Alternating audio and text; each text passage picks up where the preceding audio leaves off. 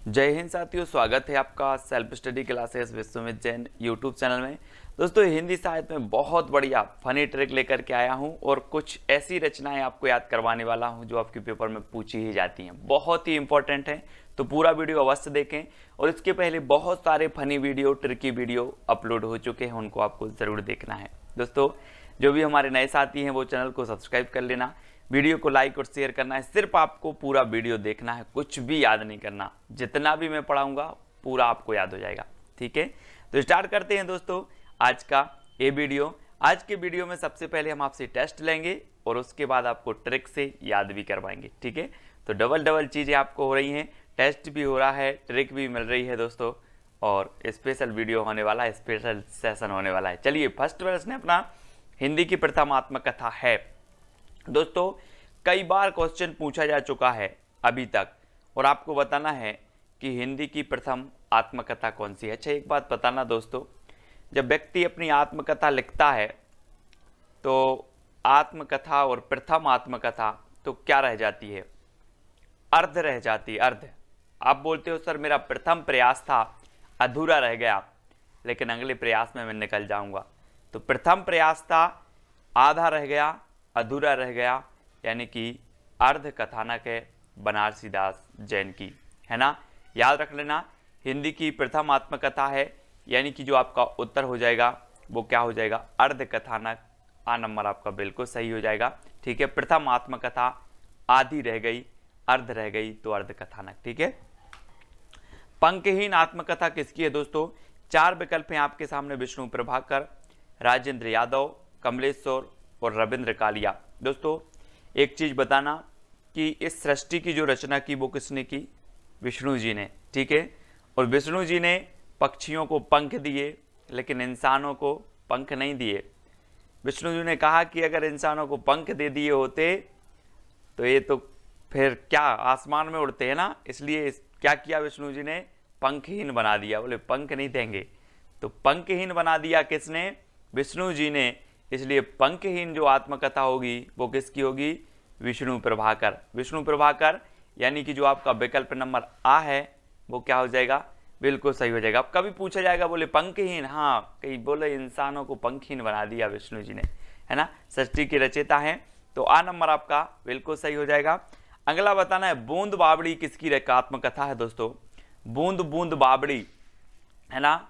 जब आप किसी चीज के लिए आपकी लगन होती है, किसी चीज के लिए आपकी धुन होती है, तो आपकी बूंद बूंद बावड़ी हो जाती है। ऐसा ही दोस्तों, किसी का नाम है पद्मा, है ना, और पद्मा के बारे में सच है कि पद्मा सच में बावड़ी है।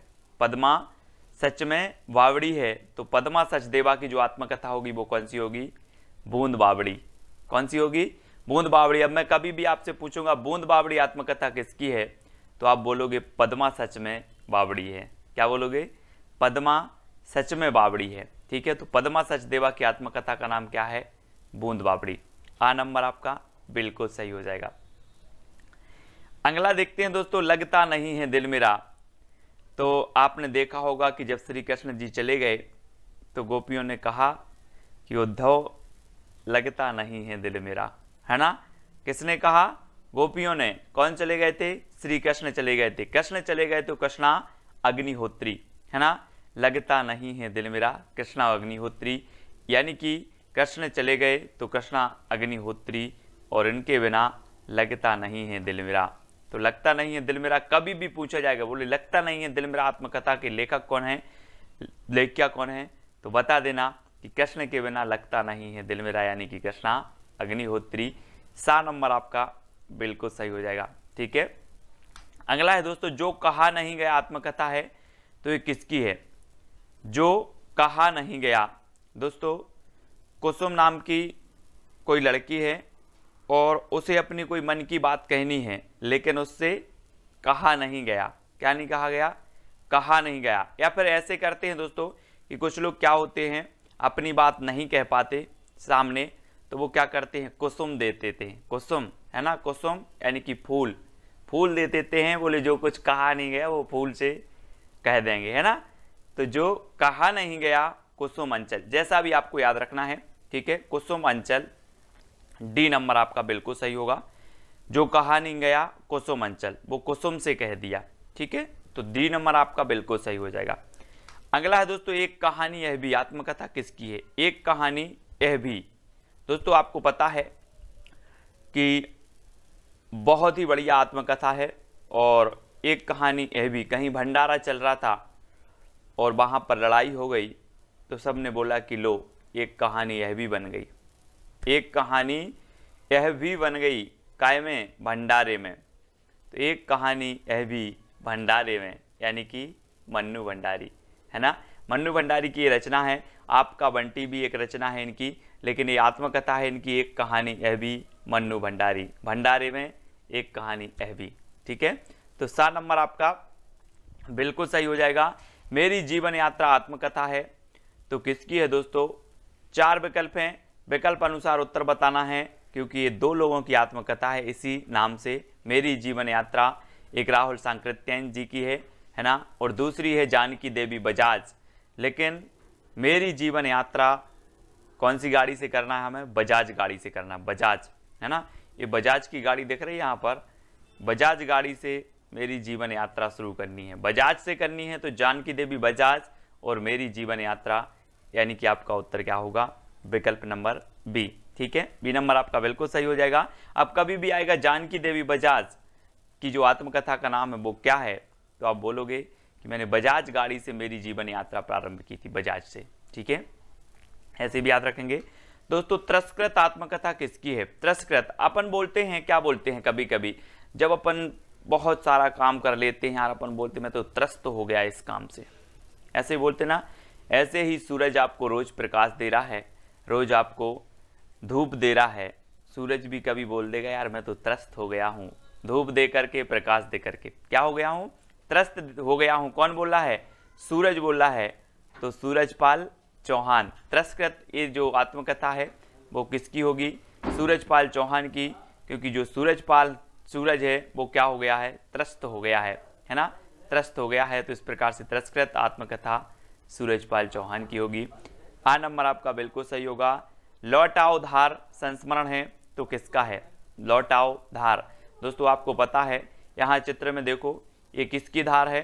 दूध की धार है। अब दूध की धार एक बार निकल जाए तो लौट के आएगी क्या? बोले लौटाओ धार, काई की? दूध की। तो दूधनाथ सिंह, है ना। आ नंबर आपका बिल्कुल सही हो जाएगा, दूधनाथ सिंह। लौटाओ धार दूधनाथ सिंह की रचना है, बहुत ही बढ़िया है ना, संस्मरण है, याद रखेंगे। अगला है दोस्तों, याद हो कि ना याद हो, संस्मरण किसका है? आपने वो फिल्म देखी होगी घातक, सनी देओल की। उसमें बोलता है कि आपको सुनकर बहुत खुशी होगी कि आज से आप मेरी गिरफ्त में काम करोगे। लेकिन याद रखना यहाँ पर हमें क्या है? याद, काशीनाथ, याद हो कि ना याद हो, आज से तुम मेरी गिरफ्त में काम करोगे। याद हो कि ना याद हो, किससे बोला है? काशीनाथ, काशीनाथ। इसमें सनी देओल का नाम क्या रहता है? काशीनाथ। और काशीनाथ याद रख लेना है, याद हो कि ना याद हो, आज से तुम मेरी गिरफ्त में काम करोगे, है ना। तो आपको याद रख लेना, याद हो कि ना याद हो, इसके जो लेखक हैं वो कौन है? काशीनाथ से हैं, यानी कि आपका जो विकल्प नंबर डी है वो बिल्कुल सही हो जाएगा। अगला है दोस्तों, अतीत के गर्त से संस्मरण है, तो किसका है? अब एक चीज बताना दोस्तों कि आप अतीत के गर्त में चले गए हो, और अतीत के गर्त से आपको कौन निकालेगा? मैं निकालूंगा क्या? विकल्प देख लो, अतीत के गर्त से आपको जो निकालने वाली हैं वो है भगवती। आप भगवती के चरण में जाओ, भगवती आपको अतीत के गर्त से निकालेंगी, है ना। तो अतीत के गर्त से ये संस्मरण किसका होगा? तो भगवती चरण वर्मा। ठीक है, अतीत के गर्त से कौन निकालेगा? बोले सर भगवती। तो अतीत के गर्त से संस्मरण किसका होगा? भगवती चरण वर्मा का। ठीक है, बी नंबर आपका बिल्कुल सही होगा। पैरों में पंख बांधकर किसका यात्रा वृत्तांत है? तो 4 विकल्प हैं, 2 सेकंड आपको दिए जाते हैं दोस्तों, है ना। पैरों में पंख बांधकर उड़ना है, और कहाँ पहुंचना है? वृक्ष के ऊपर। कहाँ पहुंचना है? वृक्ष के ऊपर। पैरों में पंख बांधकर वृक्ष के ऊपर। ठीक है, यानी कि राम वृक्ष वैनीपुरी। ठीक है, पैरों में पंख बांधकर वृक्ष के ऊपर बैठना है, तो राम वृक्ष वैनीपुरी, बी नंबर आपका बिल्कुल सही हो जाएगा। सृजन के सेतु किसका संस्मरण है? सृजन के सेतु बताना है हमें दोस्तों। और आपको पता होगा दोस्तों कि इस सृष्टि का सृजन किया विष्णु जी ने, तो सृजन के सेतु भी कौन होंगे? कौन होंगे? विष्णु प्रभाकर, है ना। याद रख लेना, विष्णु प्रभाकर और पंखहीन इनकी आत्मकथा है। सृजन के सेतु इनका संस्मरण है विष्णु प्रभाकर जी का, ठीक है। तो सृजन के सेतु कौन है? विष्णु, यानी कि विष्णु प्रभाकर, ठीक है।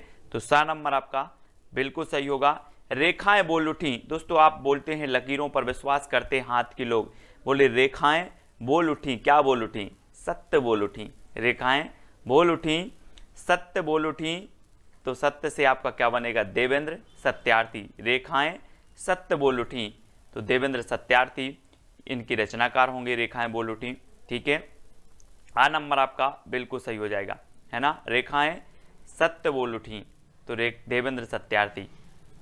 अगला देखो, दोहरा अभिशाप आत्मकथा के रचनाकार कौन है? दोस्तों 4 विकल्प हैं, 2 सेकंड है, बहुत अच्छी ट्रिक मैं आपको बता रहा हूं। आपने रामायण देखी होगी दोस्तों, और रामायण में आपने देखा होगा कौशल्या माता को दोहरा अभिशाप मिला। एक तो राम का वनवास, दूसरा दशरथ जी का निधन। दोहरा अभिशाप उनको मिला, कैसे मिला? कौशल्या जी को। तो दोहरा अभिशाप कैसे मिला आपसे पूछूंगा कि दोहरा अभिशाप ये आत्मकथा किसकी है? तो आप बोलोगे सर रामायण में दोहरा अभिशाप मिला था कौशल्या जी को, तो कौशल्या वैसंतरी, है ना। दोहरा अभिशाप आत्मकथा है कौशल्या वैसंतरी साहब की। ये तो सिर्फ माध्यम है दोस्तों कि जो हमें ज्ञात चीज़ है हम उससे इस अज्ञात चीज़ को याद कर रहे हैं, ठीक है। हमें ज्ञात था रामायण में कौशल्या जी, है ना, इस प्रकार से हमने उनको रिलेट करके ये चीज़ याद कर ली, ठीक है। तो दोहरा अभिशाप आत्मकथा किसकी है? कौशल्या वैसंतरी, ठीक है। आ नंबर आपका बिल्कुल सही हो जाएगा। घुटन आत्मकथा के रचनाकार कौन है दोस्तों? आपको घुटन कब होती है? हम बोलते ना कि यार मुझे घुटन हो रही है ना। कोई कोई जब रहते हैं, बहुत सारे लोग ऐसे रहते हैं जिनको राम और शंकर उनके इष्ट देवता होते हैं, और राम और शंकर के जब तक वो दर्शन ना करें तब तक उन्हें क्या होती है? घुटन होती है ना। हम और आप सभी लोग ऐसे ही हैं, और जब राम और शंकर के दर्शन ना हो तो क्या होने लगती है? घुटन होने लगती है। तो घुटन आत्मकथा किसकी होगी? रमाशंकर आर्य की। रमाशंकर आर्य, यानी कि आपका विकल्प नंबर बी जो है वो बिल्कुल सही हो जाएगा, ठीक है। घुटन आत्मकथा। अन्या से अनन्या की रचनाकार कौन है दोस्तों? 4 विकल्प हैं दोस्तों। अन्या लिखा है यहाँ पर, तो समझ लो कि अन्न, आप बोलते ना कि अन्न हमें प्राप्त होता है कहाँ से? खेतों से। कहाँ से प्राप्त होता है अन्न? खेतों से प्राप्त होता है ना। एक वो लोकगीत है, आपने सुना होगा, अन्न देव महाराज तुमसे लगो संसार। आपने लोकगीत सुना होगा, बुंदेलखंडी भाषा में है ना। तो अन्न कहाँ पैदा होता है? खेतों में। तो अन्या से अनन्या की रचनाकार कौन है? प्रभा खेतान, है ना। प्रभा खेतान याद रख लेना, ये है।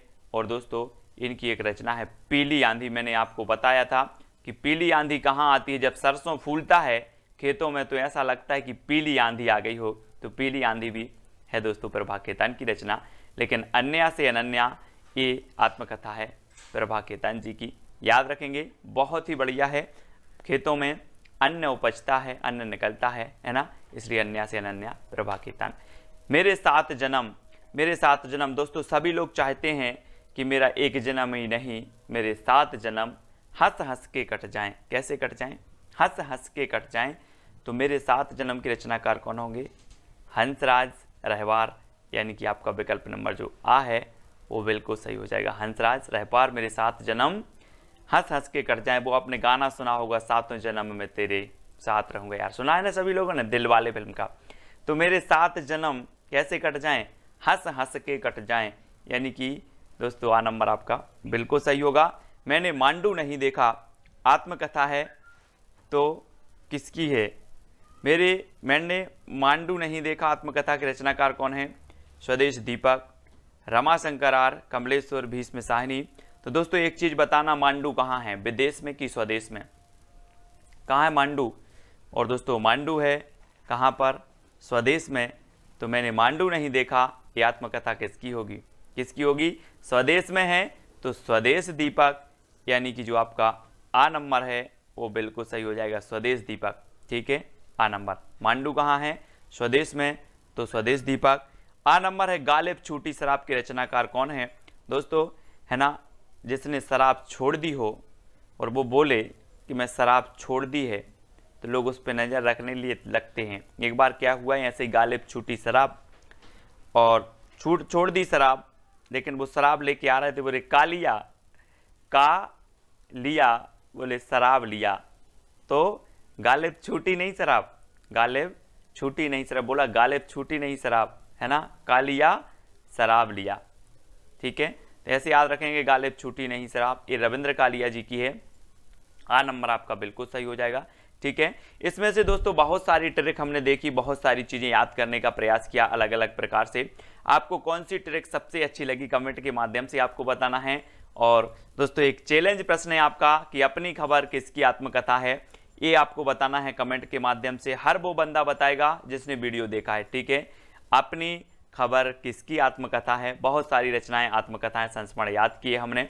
वीडियो कैसा लगा कमेंट के माध्यम से सभी लोग बताएंगे, वीडियो को शेयर करेंगे और साथ ही दोस्तों अपनी खबर किसकी आत्मकथा है वो आपको कमेंट में लिखना है ना। और बाकी ये 4 ऑप्शन हैं, इनकी अगर आपको आत्मकथा रचना कितना आप इनके बारे में जानते हो, 4 विकल्प में से आपको चारों विकल्प के जवाब देना है। इनके बारे में क्या क्या जानते हो, कोई खास रचना है, कोई अच्छी चीज़ है, वो आप बताएंगे। ठीक है, तो याद रख लेना, कल हमने याद किया था दोस्तों कि जो है बालकृष्ण भट्ट की जो एक इन्होंने संपादन किया था पत्र का हिंदी प्रदीप, उसको हमने याद कर दिया था कि प्रदीप के बाल भट्टा से भरत गए। क्या किया था, प्रदीप के बाल भट्टा से भरत गए, तो हिंदी प्रदीप से हिंदी प्रदीप और बाल से बालकृष्ण भट्ट, है ना, ऐसे याद कर लिया था दोस्तों। तो इसी प्रकार से जुड़े रहें, वीडियो को लाइक करें, शेयर करें, बहुत सारी ऐसी ट्रिक आएंगी हिंदी साहित्य की, हर एक चीज़ आपको याद हो जाएगी। बने रहें, ये 18वां वीडियो था दोस्तों, और इसके पहले 17 वीडियो ऐसे ही और बहुत अच्छी अच्छी फनी ट्रिक से मैंने आपको याद करवाए हैं। ठीक है, जो भी साथी अभी तक व्हाट्सएप ग्रुप से नहीं जुड़े हैं वो 9098609291 609291 इस पर SMS करें और उनको तुरंत व्हाट्सएप ग्रुप की लिंक मिलेगी। साथ ही टेलीग्राम ग्रुप से भी आपको जुड़ना है, वीडियो को लाइक करके शेयर अवश्य करना है दोस्तों। आज के वीडियो के लिए बस इतना ही। जय हिंद।